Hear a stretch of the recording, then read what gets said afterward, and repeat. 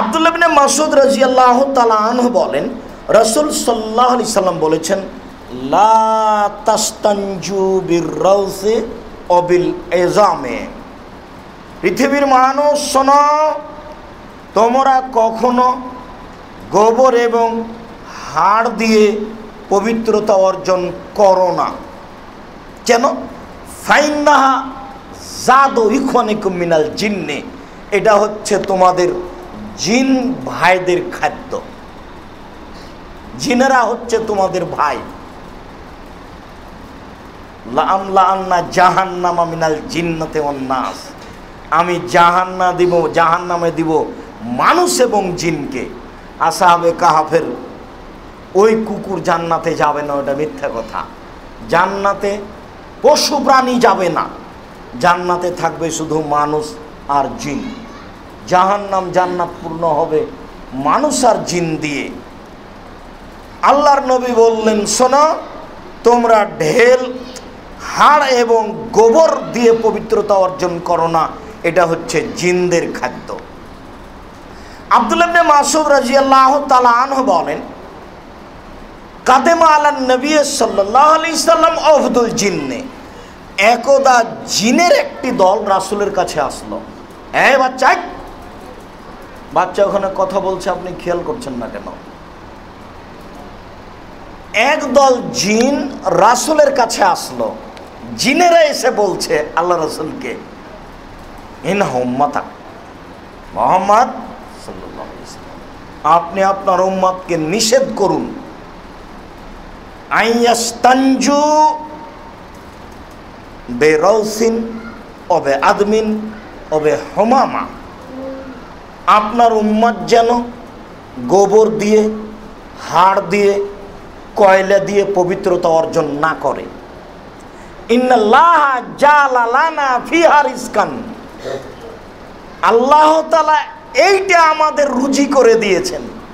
আমরা জিন এই তিনটে জিনিস খাই, হাড় খাই, গোবর খাই, কয়লা খাই। ফানাহানা রাসূলুল্লাহ সাল্লাল্লাহু আলাইহি ওয়াসাল্লাম যালিক, তখন আল্লাহ রাসূল আমাদেরকে নিষেধ করে দিলেন, এই শোনো, তোমরা এই তিনটে জিনিস দিয়ে পবিত্রতা অর্জন করবে না, এটা তাদের খাদ্য। বাহ্যিকভাবে মনে কেমন কেমন মনে হচ্ছে, গোবর তারা খায়, কয়লা খায়, হাড় খায়, এটা কেমন কথা হলো? কথাও তো ঠিক। বুখারী মুসলিমের হাদিস, রাসূল সাল্লাল্লাহু আলাইহি ওয়াসাল্লাম বলেছেন, বিচারের মাঠে সর্বপ্রথমে জান্নাতে যেটা আল্লাহ মানুষকে খেতে দিবেন, সারা পৃথিবীকে আল্লাহ একটা রুটি বানাবেন। রাজশাহী চাঁপাইনবাবগঞ্জের মহিলারা যেইভাবে দুই হাতে রুটি বানায়, সেইভাবে আল্লাহ তাআলা তার দুই হাত দিয়ে সারা পৃথিবীকে একটা রুটি বানাবেন। তাতে তো আপনাদের এই নদীর এই পানিও থাকবে, বুড়িগঙ্গা নদীর অপবিত্র পানি থাকবে। এইবার যত টয়লেট আছে সব টয়লেটের পায়খানাও থাকবে। আর কলিজা দিবেন তরকারি, প্রথম মেহমানি। সবচেয়ে বড় সত্তা মহান আল্লাহ, তার প্রথম মেহমানি। এরা হলো মেহমান, আর মেজবান হচ্ছেন আল্লাহ। প্রথমে যেটা মেহমানি হিসাবে পেশ করবেন সেটা হলো রুটি খেতে দিবেন, গোটা পৃথিবীকে রুটি বানাবেন। তাহলে বুঝতে হবে যে এই রুটির স্বাদ পরিবর্তন হয়ে গেছে। সেই দিন বুড়িগঙ্গা নদীর পানি আর এরকম দুর্গন্ধময় থাকবে না। আপনার বাড়ির পাশের এই ডাস্টবিনের এইসব পচা ময়লার এইভাবে থাকবে না।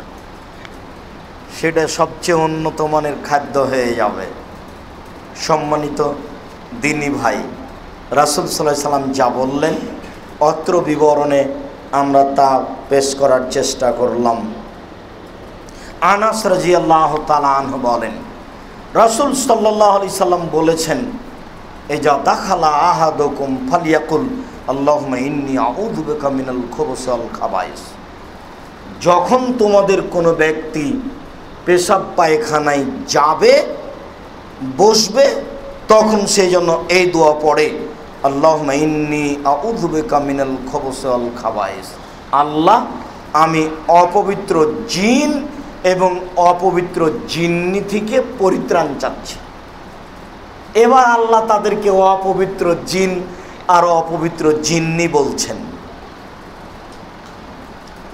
যায়েদ ইবনে আরকাম রাদিয়াল্লাহু তাআলা আনহু বলেন, রাসূল সাল্লাল্লাহু আলাইহি সাল্লাম বলেছেন, ইন্না হাযিহিল হুশুশ মুহতাজারাতুন, এই পৃথিবীর মানুষ শুনে রেখো, সব টয়লেটগুলি হচ্ছে জিন থাকার জায়গা। টয়লেট ঘরে কি থাকে? জিন থাকে। টয়লেট আপনি যতই স্বর্ণ দিয়ে বানান, আপনার টয়লেট ঘরটা কিন্তু বিছানা শহর ঘরের চেয়ে বেশ সুন্দর, তাই না? তবু সেখানে পায়খানাই করা হয়, আর সেখানে জিন থাকে বলে রাসূল সাল্লাল্লাহু আলাইহি সাল্লাম বলেন, মাঠে ঘাটে যেখানে পেশাব পায়খানা করেন সেখানে জিন থাকে বলে রাসূল সাল্লাল্লাহু আলাইহি সাল্লাম বলেন।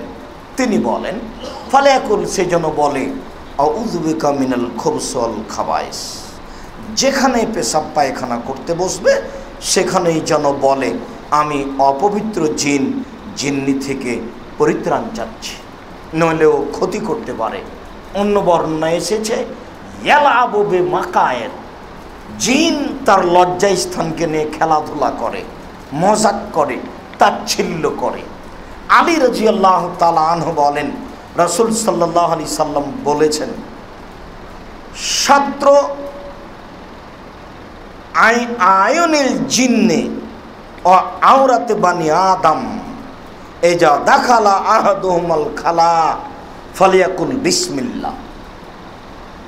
আদম সন্তানের লজ্জাস্থান আর জিনের চোখের মধ্যে অন্তরাল হলো বিসমিল্লাহ। যখন তোমাদের কোনো ব্যক্তি পেশাব পায়খানায় বসবে তখন সেই জন্য বলে বিসমিল্লাহ। তাহলে অর্থ দাঁড়ালো, বলবে বিসমিল্লাহ আল্লাহুম্মা ইন্নী আউযু বিকা মিনাল খুবুসি ওয়াল খাবাইস। শয়তান ক্ষতি করা তো বহু দূরের কথা, ও আর দেখতেই পাবে না। জি, বিসমিল্লাহর একটা পার্সোনাল ক্ষমতা আছে। যে বাড়ির বাহির দরজা নেই, গরিব মানুষ, রাতে শোয়ার সময়তে বিসমিল্লাহ বলে একটা খড়ি দরজা রেখে দিবে, এই দরজা দিয়ে শয়তান ভিতর দিকে যেতে পারবে না। এখানে রাসূল সাল্লাল্লাহু আলাইহি সাল্লাম বলছেন, বিসমিল্লাহ বললে শয়তান অন্ধ হয়ে গেছে, আর দেখতে পাবে না।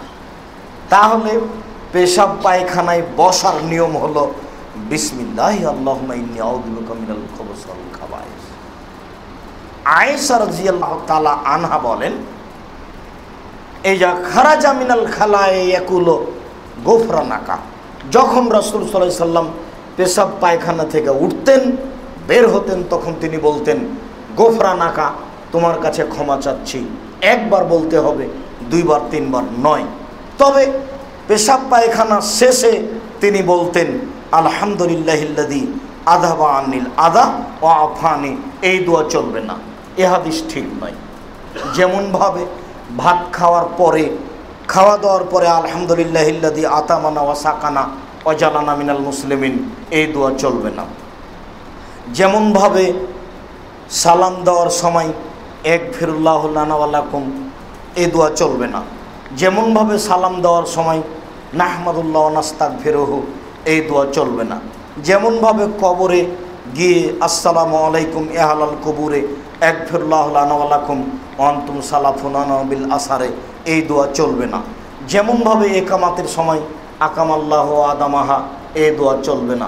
যেমনভাবে কেউ দোয়া চাইলে ফি আমানিল্লাহ বলা যাবে না, ঠিক তেমনি পেশাব পায়খানা শেষে এই দোয়াটি বলতে হবে না, বলতে হবে গুফরানাকা।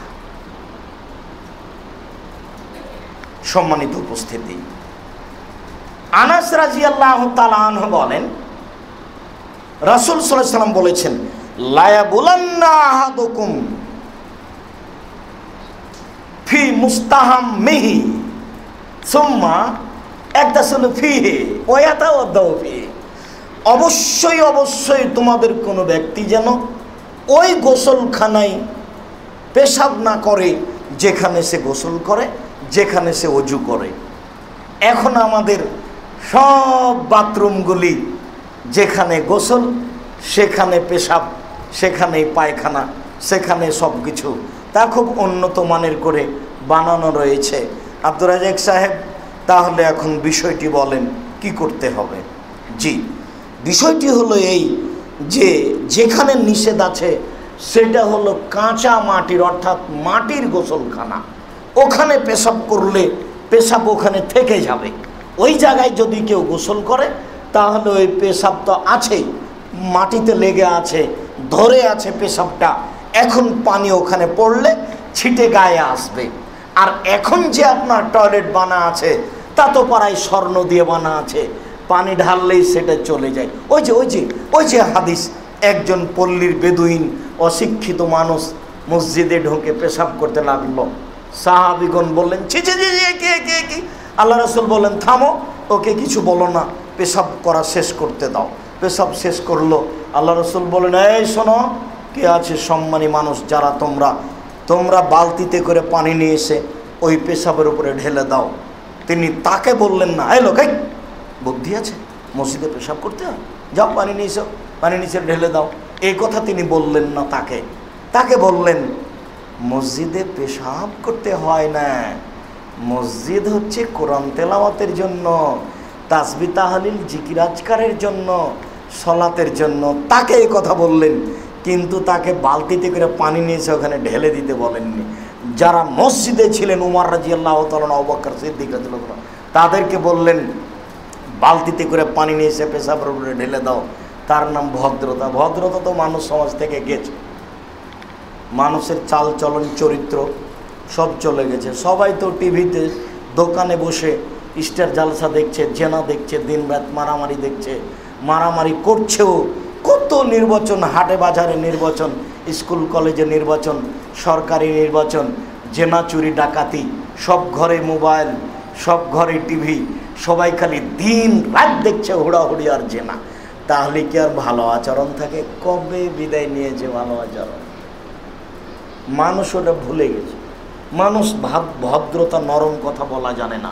বলছিলাম সম্মানিত দিনী ভাই, এইখানে পেশাব করার পরে, পায়খানা করার পরে পানি ঢেলে দেওয়া হয় এবং বালতি বদনা আকারে পানি ঢেলে দেওয়া হয়, এখানে কোনো সমস্যা নেই। আপনি পেশাব পায়খানার কাজ শেষ করে এখানে বসেই বিসমিল্লাহ বলে ওযু করে আপনি সালাত আদায় করুন, কোনো সমস্যা নেই। উল্লেখ্য যে যখন পেশাব পায়খানায় বসছে তখন বলবে বিসমিল্লাহ আল্লাহুম্মা ইন্নী আউযু বিকা মিনাল খুবুসি ওয়াল খাবাইস। যখন উঠছে তখন বলবে গোফরানাকা। টয়লেটে ঢোকার সময়তে বলবে দোয়া, আর বের হওয়ার পরে বলবে গোফরানাকা। এ কথা নয়, টয়লেট ঘরটাই তো একটা বড় রুম, তো ওখানে কোথায় বলবে সে সেই জায়গায় পায় না। তাহলে এখন আজকের আলোচনায় বুঝলাম যে টয়লেট ঘরে ঢুকলেই বলতে হবে এই কথা নয়, যখন পেশাব পায়খানায় বসবে তখন বলবে, আর যখন উঠবে তখন দোয়া বলবে। বাকি টাইম ও ফ্রি, ওই ঘরের মধ্যেই বিসমিল্লাহ বলবে, ওযু করবে, ওযু শেষে আশহাদু আল্লা ইলাহা ইল্লাল্লাহু ওয়াহদাহু লা শারীকা লাহু ওয়া আশহাদু আন্না মুহাম্মাদান আবদুহু ওয়া রাসূলুহু বলবে। সম্মানিত দিনী ভাই, আমি এই অংশে আপনাকে এই গুরুত্বপূর্ণ কথাগুলি পেশ করছিলাম।